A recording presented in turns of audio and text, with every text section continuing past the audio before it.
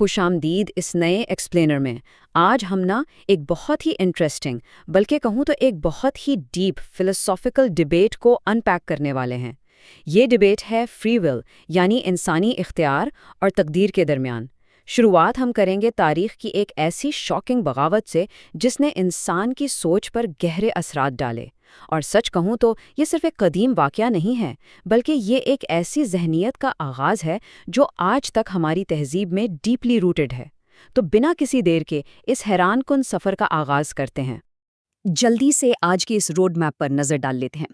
پہلے ہم the ancient excuse یعنی قدیم بہانے کو سمجھیں گے، پھر پاپ کلچر اور بلیم، اس کے بعد تیسرا point knowledge is not causation, پھر دا فری ول اسپیکٹرم، اور آخر میں دا کاسٹ آف ایکسکیوزز سے ہوتے ہوئے دا ڈور آف فارگیونیس تک جائیں گے۔ تو شروع کرتے ہیں ہمارے پہلے حصے سے، دی اینشنٹ ایکسکیوز۔ کہانی بالکل وہاں سے شروع ہوتی ہے جہاں ایک ایسی ہستی جسے اس کے بے پناہ علم اور عبادت کے لیے جانا جاتا تھا، اس نے ایک سیدھے الہی حکم کو ماننے سے انکار کر دیا اور حضرت آدم کو سجدہ نہیں کیا۔ یہ انکار دیکھا جائے تو صرف ایک عام سی غلطی نہیں تھی، بلکہ یہ ایک ایسی فلسفیکل کشمکش کا آغاز تھا جو آج بھی جاری ہے۔ اب یہاں سب سے بڑا اور انٹرسٹنگ فلسفیانہ سوال یہ پیدا ہوتا ہے کہ خیر غرور تو سمجھ آتا ہے، لیکن اس کے بعد جو جواز یا جسٹیفیکیشن پیش کی گئی وہ سچ میں حیران کن تھی۔ جب ابلیس کو اس کی نافرمانی پر نکالا گیا تو اپنی غلطی ماننے کے بجائے اس نے یہ کیوں کہا کہ اسے بھٹکایا گیا ہے؟ اس سوال کا جواب نہ صرف اس پرانی کہانی میں بلکہ خود ہمارے آج کے انسانی رویوں میں چھپا ہوا ہے۔ اس پیغام کے الفاظ پر ذرا غور کریں۔ یہ بیان ایک بہت ہی نپا تلا اور کیلکولیٹڈ موو تھا۔ ایک طرف خالق کی بادشاہی اور اتھارٹی کو تسلیم بھی کیا جا رہا ہے، اور دوسری طرف اپنی ناکامی اور نافرمانی کا سارا الزام الہی فیصلے یا تقدیر پر ڈالا جا رہا ہے۔ یہ بالکل ایک ایسی ذہنی ہلا سازی تھی جہاں غلطی ماننے کے بجائے اسے تقدیر کا نتیجہ قرار دے دیا گیا تاکہ اپنی ذاتی ذمہ داری یعنی پرسنل اکاؤنٹیبلٹی سے بچا جا سکے۔ آگے بڑھتے ہیں حصہ 2 کی طرف، پاپ کلچر اینڈ بلیم۔ چلیے دیکھتے ہیں کہ ہزاروں سال پرانا یہ بہانہ پاسٹ سے نکل کر آج کی اس ماڈرن اور فاسٹ پیس دنیا میں کس طرح اپنی جگہ بنا چکا ہے۔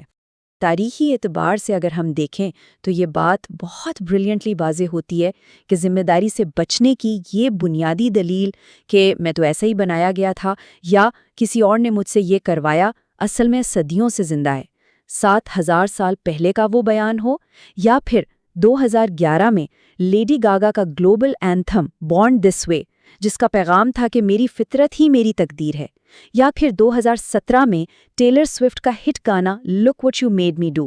الفاظ نئے ہیں، سٹیج نیا ہے، لیکن اگر غور کیا جائے تو ذہنیت لٹرلی بالکل وہی پرانی ہے۔ آج کل کی سوسائٹی میں ہی دیکھ لیں، کینسل کلچر اس بات پر شدید زور دیتا ہے کہ انسان صرف اور صرف اپنے ماحول کی پیدائش ہے۔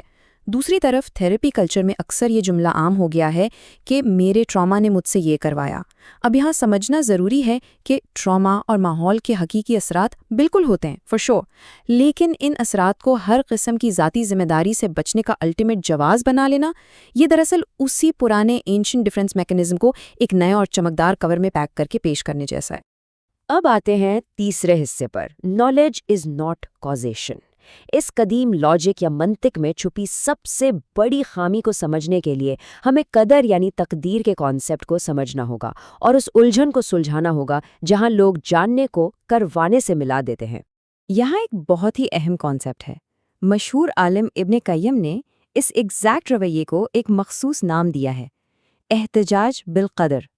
اس کا سیدھا سا مطلب ہے اپنی ذاتی غلطیوں کو چھپانے کے لیے تقدیر کو ایک ڈھال، ایک شیلڈ کے طور پر استعمال کرنا، الہی علم اور الہی حکم کو آپس میں مکس کر دینا، دراصل اپنی چوائسز اور اپنی ذمہ داری سے بھاگنے کی ایک بہت ہی پرانی ٹرک ہے۔ مثال کے طور پر اس انالوجی کو سمجھے، یہ اس فرق کو بہت کلیئرلی نمایاں کرتی ہے۔ فرض کریں ایک انتہائی قابل ڈاکٹر ہے جسے اپنے پیشے کا مکمل علم ہے۔ وہ ایک کرٹیکل مریض کی حالت دیکھ کر یہ جان لیتا ہے کہ مریض اگلے دن نہیں بچ پائے گا، اور ویسا ہی ہوتا ہے۔ تو ذرا سوچئے، کیا اس ڈاکٹر کے اس علم نے اس مریض کی جان لی؟ ہرگز نہیں۔ ڈاکٹر کا جاننا اس کی موت کا سبب نہیں تھا۔ بالکل اسی طرح الہی علم کا مکمل ہونا کسی بھی مخلوق کو کوئی غلط کام کرنے پر فورس نہیں کرتا۔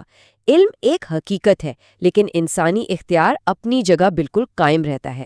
چلیے آگے بڑھتے ہیں سیکشن 4 کی طرف، دی فری ول اسپیکٹرم۔ اب دیکھتے ہیں کہ یہ پوائنٹ کس طرح تاریخ کی ان سب سے بڑی بحثوں کی بنیاد فراہم کرتا ہے جو انسانی آزادی اور ایجنسی کے ارد گرد گھومتی ہیں۔ یہ پوائنٹ بہت ہی انٹرسٹنگ ہے۔ تاریخ میں اس مسئلے پر 2 ایکسٹریم رخ اختیار کیے گئے۔ ایک طرف جبریہ ہے جو مانتے ہیں کہ انسان کے پاس کوئی اختیار نہیں، بس وہ ایک کٹ پتلی یا پپٹ ہے۔ دوسری طرف معتزلہ ہیں جو کہتے ہیں کہ انسان مکمل آزاد ہے اور اس کے اعمال کا پہلے سے کسی کو کوئی علم نہیں ہو سکتا۔ لیکن امام غزالی اور ابن قیم جیسے مفکرین نے جو درمیانی راستہ یعنی اہل سنہ کا نظریہ واضح کیا، وہ کمپلیٹلی لاجیکل ہے۔ یہ نظریہ مانتا ہے کہ مکمل الہی علم موجود ہے، لیکن انسانی اختیار اس الہی ارادے کے دائرہ کار میں رہتے ہوئے بالکل ریئل اور اثر انداز ہے۔ امام غزالی کی ایک بہت ہی خوبصورت مثال سے اسے آسان لفظوں میں سمجھتے ہیں۔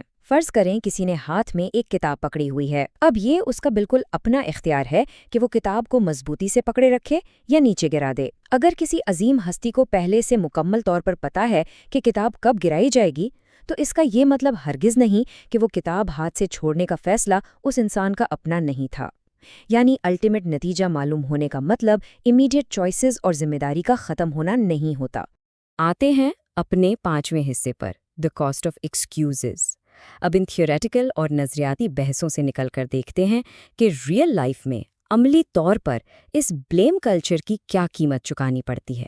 اکثر ہماری روزمرہ کی زندگی میں کیا ہوتا ہے، عام منطق کو بنیاد بنا کر غلط اعمال کو جسٹیفائی کرنے کی کوشش کی جاتی ہے۔